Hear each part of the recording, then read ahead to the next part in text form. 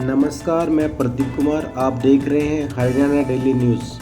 आज तारीख 29 नवंबर 2024, वार शुक्रवार। सबसे पहले सुर्खियां। हरियाणा कृषि मंत्री श्री श्याम सिंह राणा ने बताया हरियाणा में बीजेपी की जीत का मंत्र और कांग्रेस के हार का कारण। जानेंगे विस्तार से। श्री भूपेंद्र सिंह हुड्डा के किसानों के धरने पर दिए बयान को कैबिनेट मंत्री अनिल विज ने भड़काऊ बयानबाजी बताया। बताएंगे पूरी खबर। डिस्ट्रिक्ट आयुष सोसाइटी भिवानी में eye medical officer, pharmacist, attendant, yoga instructor के पदों पर भर्ती। बात करेंगे विस्तार से। हरियाणा में रोजगार निगम की पॉलिसी में होगा बदलाव। सामाजिक आर्थिक अंकों पर हाईकोर्ट की रोक के बाद फैसला। अनुभव के आधार पर भी नहीं मिलेंगे अंक। जानेंगे पूरी खबर। हरियाणा के हिसार जिले की 70% आबादी बीपीएल की श्रेणी में। सरकारी योजनाओं का फायदा उठाने के लिए लोग हो रहे बीपीएल कैटेगरी में शामिल। बात करेंगे विस्तार से। रेवाड़ी जिले के 4 एसएचओ सस्पेंड, अपराधियों को पकड़ने में घोर लापरवाही। जानेंगे विस्तार से।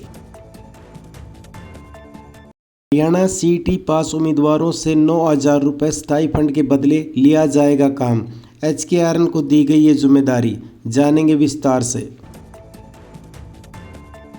हरियाणा ग्रुप डी कर्मचारियों को सरकार का तोहफा। ग्रुप डी कर्मचारी बनेंगे क्लर्क। सरकार जल्द करेगी प्रमोट। जानेंगे पूरी जानकारी। हरियाणा में सरकारी कर्मचारियों व पेंशनरों की हुई बल्ले बल्ले। सरकार ने डीए में बढ़ोतरी कर दिया तोहफा। जानेंगे पूरी खबर।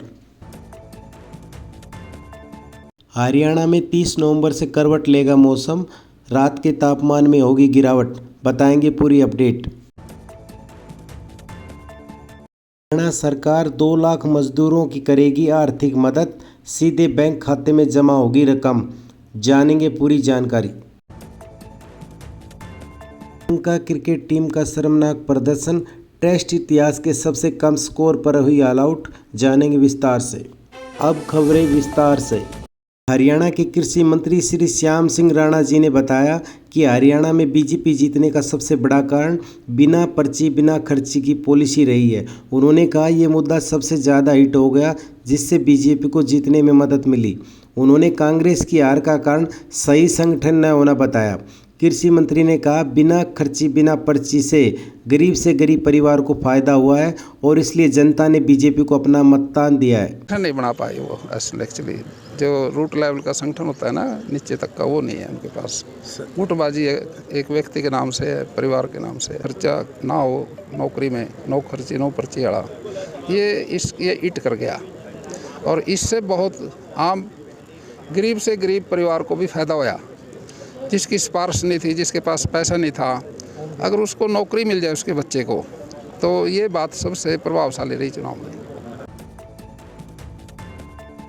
कांग्रेस नेता श्री भूपेंद्र सिंह हुड्डा के किसानों के समर्थन में दिए गए बयान पर कैबिनेट मंत्री श्री अनिल विज ने कहा कि भूपेंद्र सिंह हुड्डा जी भड़काने के, गुमराह करने के सिवा कोई काम नहीं करते। एक दिन भी उन्होंने जाकर किसानों की कोई हालचाल और या अपडेट नहीं ली और ना ही उन्होंने कभी किसानों को समझाने की कोशिश की। अगर वो सही कदम उठाते तो किसानों की तकलीफें कम हो सकती थी। सुनिए क्या कहा। हुड्डा जी सिर्फ भड़काने के, गुमराह करने के सिवा कोई काम नहीं करते। एक दिन भी इन्होंने जाकर जहां किसान बैठे हुए थे उनका हाल नहीं पूछा। और पंजाब में तो इंडी की सरकार है, ना वहाँ के मुख्यमंत्री एक दिन भी गए, ना भूपेंद्र सिंह हुड्डा जी के, और ना इन्होंने उनको समझाने की कोशिश की। और जनता को इतनी तकलीफ़ें उठानी पड़ रही हैं, ये बात करके उनको वहाँ से उठा देते तो रास्ता खुल जाता, लोगों की तकलीफ़ें दूर हो जाती। हरियाणा की डिस्ट्रिक्ट भिवानी में कॉन्ट्रैक्ट बेसिस पर medical officer, pharmacist, attendant, yoga instructor के पदों पर भर्ती आई है। भर्ती के लिए ऑफलाइन के माध्यम से ही अप्लाई कर सकते हैं। एप्लीकेशन डाउनलोड करने के लिए वेबसाइट www.bhiwani.gov.in पर जा सकते हैं। हरियाणा में रोजगार निगम की पॉलिसी में होगा बदलाव, सामाजिक आर्थिक अंकों पर हाईकोर्ट की रोक के बाद फैसला, अनुभव के आधार पर भी नहीं मिलेंगे अंक। हरियाणा सरकार कौशल रोजगार निगम की भर्ती में बदलाव करेगी। HKRN के माध्यम से चयनित होने वाले अभ्यर्थियों को अब सामाजिक आर्थिक मापदंडों के आधार पर कोई अंक नहीं मिलेगा। पंजाब व हरियाणा हाईकोर्ट ने ये अंक देने पर रोक लगा दी है। इसके साथ साथ हाईकोर्ट ने अनुभव के आधार पर दिए जाने वाले अंकों पर भी रोक लगा दी है। इसलिए हरियाणा सरकार HKRN की सिलेक्शन नीति में बदलाव करने की तैयारी में जुट गई है। हाईकोर्ट के जस्टिस दीपक सिब्बल और जस्टिस दीपक मनचंदा की बेंच ने खलीद हुसैन बनाम हरियाणा राज्य के मामले में ये आदेश पारित किया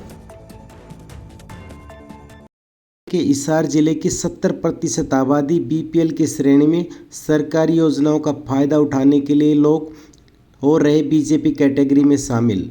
हरियाणा जिले के हिसार में 70% आबादी BPL की श्रेणी में आ गई है।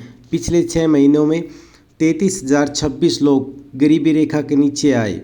बता दें ये लोग सरकारी योजनाओं जैसा कि गैस सब्सिडी, नौकरी में प्राथमिकता, गेहूं, सरसों का तेल, चीनी मामूली शुल्क पर उपलब्ध करना, सरकार द्वारा प्लॉट्स, फ्लैट्स आवंटन आदि के प्रलोभन के कारण BPL श्रेणी में परिवर्तित हो रहे हैं।